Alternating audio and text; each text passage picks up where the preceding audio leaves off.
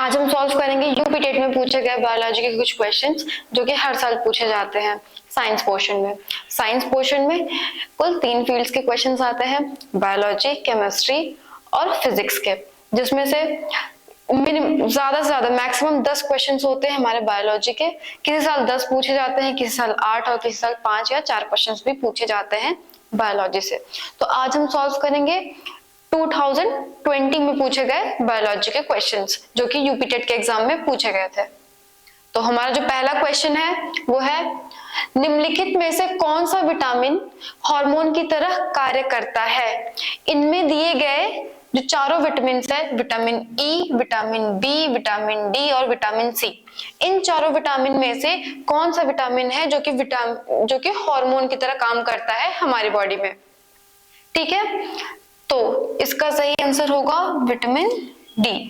Vitamin D ही एक ऐसा vitamin है जो कि हार्मोन की तरह काम करता है हमारे बॉडी में। किडनी से सिक्रेट होता है विटामिन डी और ऐसा हार्मोन के फॉर्म में प्रोड्यूस करता है। किडनी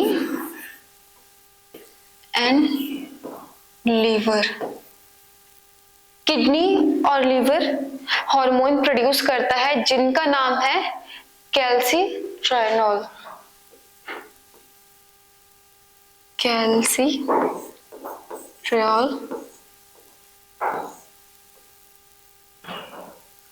जिसको कि हम विटामिन डी भी बोलते हैं। इसी कैल्सिट्रियोल को हम विटामिन डी कहते हैं। ये किससे सिक्रेट होता है? किडनी या फिर लीवर से। इसका क्या काम होता है? Concentration of calcium in the blood, जो खून में जो कंसंट्रेशन होता है कैल्शियम का, उसको ये मेंटेन करता है। कौन मेंटेन करता है? कैल्सिट्रियोल। कैल्सिट्रियोल को हम क्या कहते हैं? Vitamin D. और इसकी कमी से कौन सा रोग हो सकता है हमें? Mainly rickets. कौन सा रोग होता है इसकी कमी से? Rickets, RICKETS, rickets. Vitamin D के कमी से हमको होता है लाइक नर्व्स और मसल्स में पेन या फिर कॉन्ट्रैक्शन होता है। और विटामिन बी की कमी से हमें स्कर्वी नामक डिजीज जो है उसका रोग होता है। ठीक है, अब हम सॉल्व करेंगे अपना नेक्स्ट क्वेश्चन।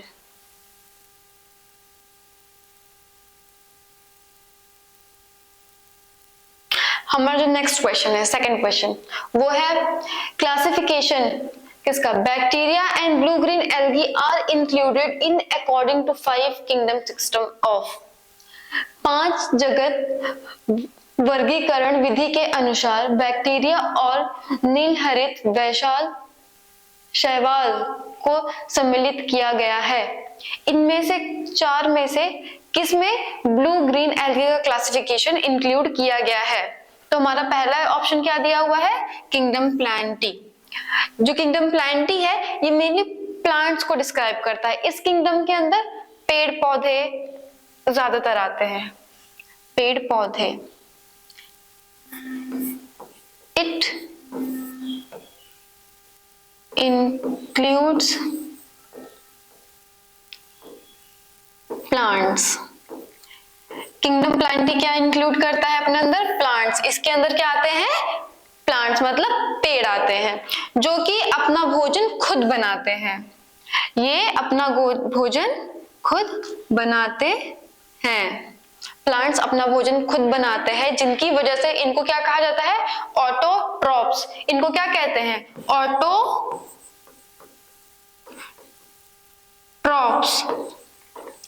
ये इंडिपेंडेंट होते हैं, ये आत्मनिर्भर होते हैं, अपने ऊपर ही अपना भोजन खुद बनाते हैं, किसी और एनिमल या फिर और प्लांट्स के ऊपर निर्भर नहीं होते हैं। तो इनको हम ऑटोट्रॉप्स कहते हैं।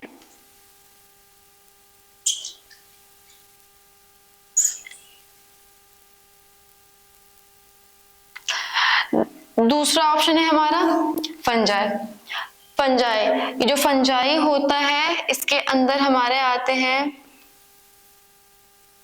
Small organisms like mushrooms. Mushrooms होता है, बहुत लोग उसको प्लांट्स के अंदर भी इंक्लूड करते हैं, बट जो मशरूम होता है वो फंजाई के अंदर आता है, जो कि यूकैरियोटिक ऑर्गेनिज्म है। फंजाई क्या है? Eukaryotic organism.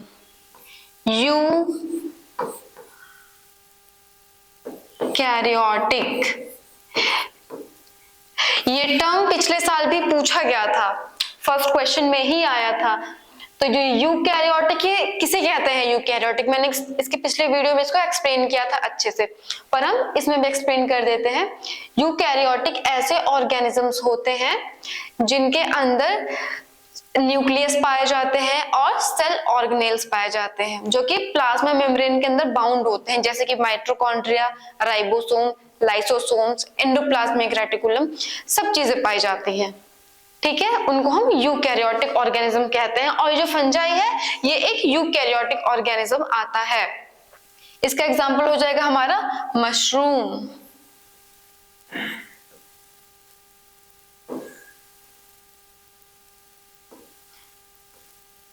मशरूम्स क्या है, फंजाई के एग्जाम्पल्स हैं। और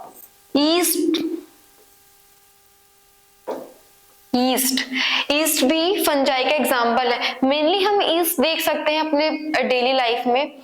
ईस्ट एक वाइट कलर का अपर लेयर होता है किसी भी ओवर कंटेन चीज के ऊपर। लाइक किसी भी चीज को अगर हम बहुत दिनों तक रखते हैं तो उसके ऊपर हिंदी में टर्म दिया जाता है जिसको कहते हैं दहिया लग जाना हमारे यहाँ, तो वो ईस्ट होता है। वो मेनली एक फंजाई होता है, फंगस होता है, इसको ईस्ट कहते हैं। ठीक है, थर्ड क्या है हमारा, प्रोटिस्टा। थर्ड ऑप्शन है हमारा प्रोटिस्टा। प्रोटिस्टा क्या होता है, प्रोटिस्टा भी यूकैरियोटिक होते हैं।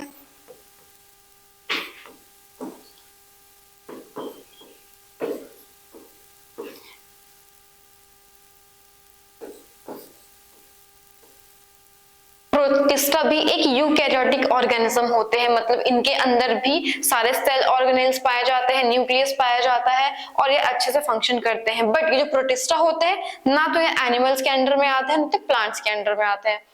ना ये एनिमल होते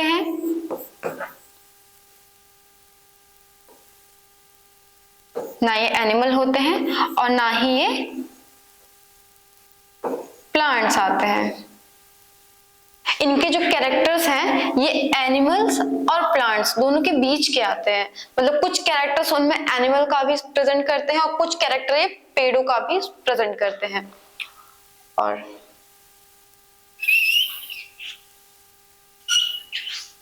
जो थर्ड ऑप्शन है हमारा वो है मोनेरा। थर्ड ऑप्शन क्या है हमारा, मोनेरा।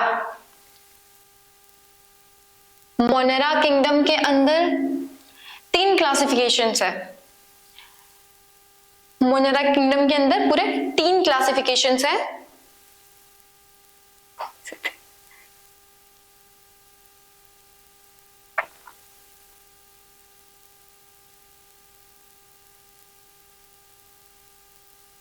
Bacteria, eubacteria, सियानोबैक्टीरिया।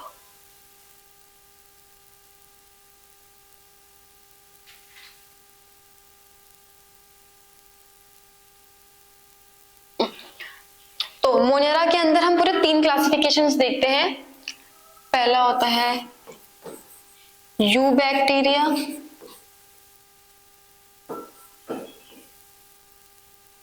दूसरा हमारा आएगा साइनोबैक्टीरिया,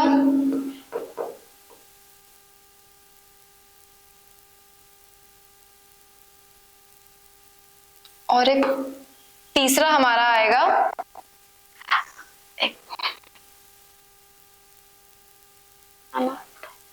आर्चीबैक्टीरिया।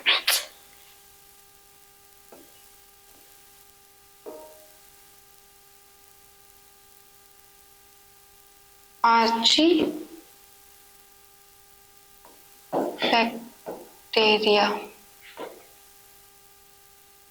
तीसरा क्या आएगा हमारा आर्चीबैक्टीरिया।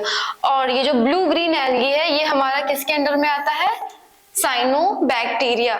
ये नाम सुनने में ब्लू ग्रीन एल्गी लगता है कि प्लांट का नाम है, बट ये एक बैक्टीरिया है जो कि नाइट्रोजन फिक्सेशन के भी काम में आता है। कौन सा bacteria, blue green algae. Blue green algae nitrogen fixation के लिए काम आता है।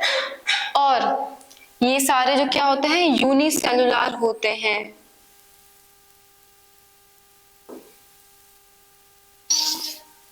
यूनी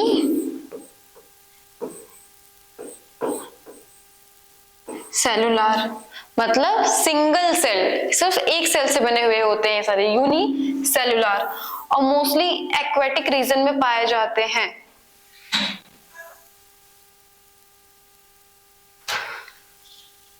तो हमारा जो ये 4 ऑप्शन है, option 1 Plantae, option 2 fungi, option 3 protista और ऑप्शन 4 मोनेरा, इन सब में बैक्टीरिया और ब्लू ग्रीन एल्गी ऑप्शन 4 में आएगी। किस में आएगी? ऑप्शन 4 में आएगी। ठीक है, अब हम चलेंगे अपने नेक्स्ट क्वेश्चन की तरफ। जो हमारा थर्ड क्वेश्चन है वो है, निम्न में से कौन सा उत्तक है? Which of the following is the tissue? ये सबसे इजी क्वेश्चन है अब तक पूछे जाने वाले क्वेश्चंस में। पहला है लंग। लंग हमारा एक ऑर्गन होता है, सबको पता है लंग क्या होता है? ऑर्गन होता है, ऑर्गन। ये इसका काम क्या होता है? मेनली ये लंग्स क्या करते हैं? ऑक्सीजन को लेता है और कार्बन डाइऑक्साइड को बाहर निकालने के काम में आता है। जो हमारा रेस्पिरेटरी सिस्टम होता है, रेस्पिरेटरी सिस्टम मतलब जो सांस लेने की प्रक्रिया जहां से की जाती है, वो सबसे लास्ट स्टेज होता है। लास्ट में रेस्पिरेटरी सिस्टम लास्ट में कहाँ एंड होता है? हमारा लंग्स पे। और सेकंड क्या है? ब्लड। सेकंड क्या है हमारा? ब्लड। ब्लड हमारा एक होता है टिश्यू, ब्लड को ही हम टिश्यू कहते हैं।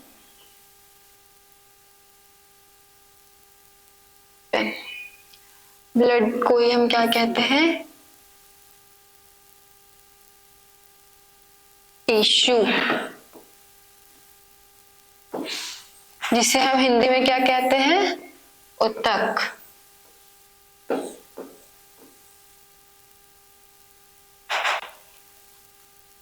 थर्ड है ओवरी। ओवरी क्या है? एक ऑर्गन है। ओवरी क्या है? एक ORAGAN, ओवरी एक ऑर्गन है, ये टिश्यू नहीं है, तो ये ऑप्शन होगा नहीं। लंग्स भी एक ऑर्गन है, ये ऑप्शन होगा नहीं। आपको जो ब्लड है ये है टिश्यू, तो ऑप्शन सेकंड सही होगा, टिश्यू। जो 4 है किडनी। किडनी आएगा ग्लैंड में। किडनी क्या है? ग्लैंड है। किडनी मेनली क्या करता है? जो हमारे शरीर के जितने भी लिक्विड पार्टिकल्स होते हैं उनको प्यूरिफाई करता है। प्यूरिफाई करके यूरिन के थ्रू उसको बॉडी से बाहर निकालता है, तो ये ग्लैंड है। ये भी गलत होगा। जो हमारा सही ऑप्शन है वो है ऑप्शन सेकंड, ब्लड। ब्लड एक टिश्यू है जिसके जो कि मैट्रिक्स, इसमें मैट्रिक्स भी होता है, मैट्रिक्स। ये मैट्रिक्स फॉर्म करता है जो कि टिश्यू का काम करता है। ठीक, अब आते हैं अपने नेक्स्ट क्वेश्चन पे। नेक्स्ट क्वेश्चन है हमारा, name of the hormone which is at the peak during ovulation is. अंडजनन की प्रक्रिया में जो हार्मोन अधिकतम होता है उसका नाम क्या है? तो पहला हमारा प्रोजेस्टेरॉन। जो प्रोजेस्टेरॉन है ये मेनली मेंस्ट्रुअल साइकिल जो प्रोसेस होता है उसमें हेल्प करता है। प्रोजेस्टेरॉन उसको इनहैंस, स्टिमुलेट करता है।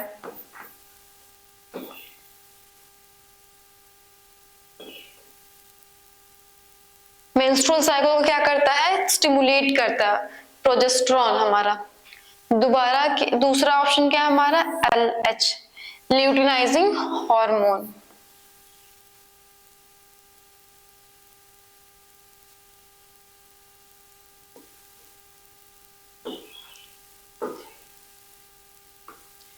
ये जो हमारा ल्यूटिलाइजिंग हार्मोन है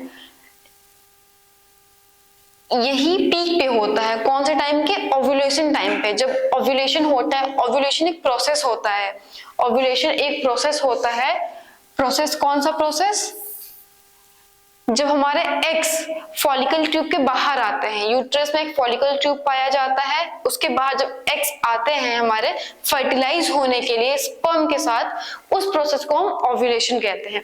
तो ओव्यूलेशन के समय हमारे शरीर का जो हार्मोन है, कौन सा हार्मोन है?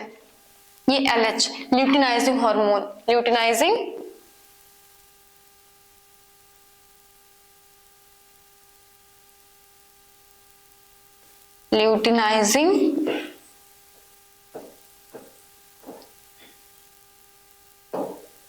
हार्मोन LH, यही हमारा सबसे पीक पे होता है। तो ऑप्शन सेकंड सही होगा। प्रोजेस्टेरॉन तो मेंस्ट्रुअल साइकिल को स्टिमुलेट करता है, और एस्ट्रोजन रिस्पॉन्सिबल होता है प्यूबर्टी स्टेजेस के लिए।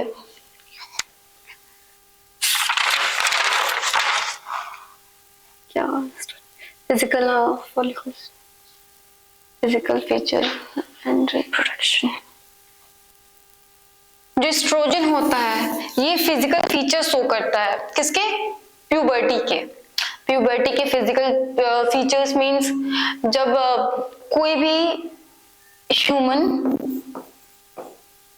मेनली ह्यूमन, या फिर हम एनिमल भी कह सकते हैं, कोई भी एनिमल जब प्यूबर्टी स्टेज पे आता है, कुछ उसके साइंस होते हैं, सिंबल्स होते हैं, जिनसे पता चलता है कि हाँ ये प्यूबर्टी स्टेज पे आए हैं। मेल में प्यूबर्टी स्टेज का सिंबल होता है mainly growing of hairs, like हमारे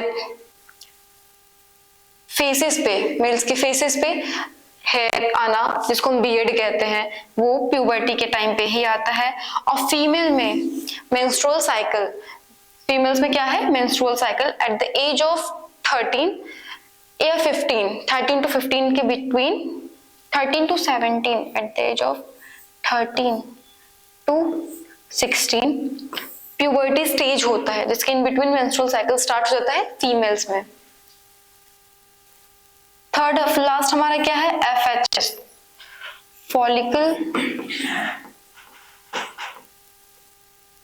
फॉलिकल स्टिमुलेटिंग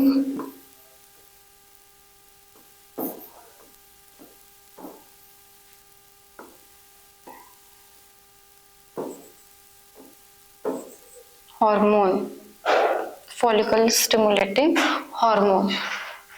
तो जो हमारा ऑप्शन सेकंड है यही सही होता है, और प्रोजेस्टेरॉन नहीं होगा क्योंकि ये मेंस्ट्रुअल साइकिल को स्टिमुलेट करता है। LH ही ओव्यूलेशन को पीक पे ले जाता है। सॉरी, ये जो हार्मोन होता है ये हमारा पीक पे होता है, मतलब बहुत एक्टिव फॉर्म में होता है। किस टाइम पे? ओव्यूलेशन के टाइम पे ये बहुत एक्टिव फॉर्म में होता है। कौन सा? हमारा LH, यही सही ऑप्शन है। फिर अब हम नेक्स्ट क्वेश्चन पे जाएंगे। जो हमारा नेक्स्ट क्वेश्चन है वो है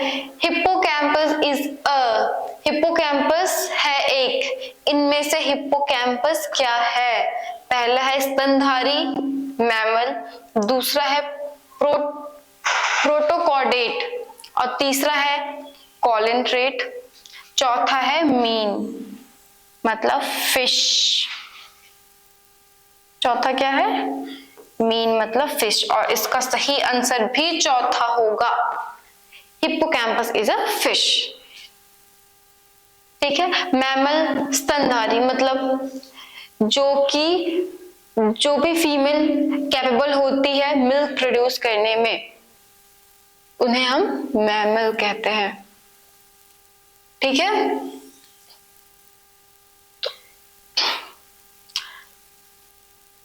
आज हमारे क्वेश्चंस यहीं पे खत्म होते हैं। ये ईयर 2020 में पूछे गए थे। अब हम नेक्स्ट वीडियो में अपना आगे कंटिन्यू करेंगे जो क्वेश्चंस पूछे गए हैं हमारे ईयर 2018 में।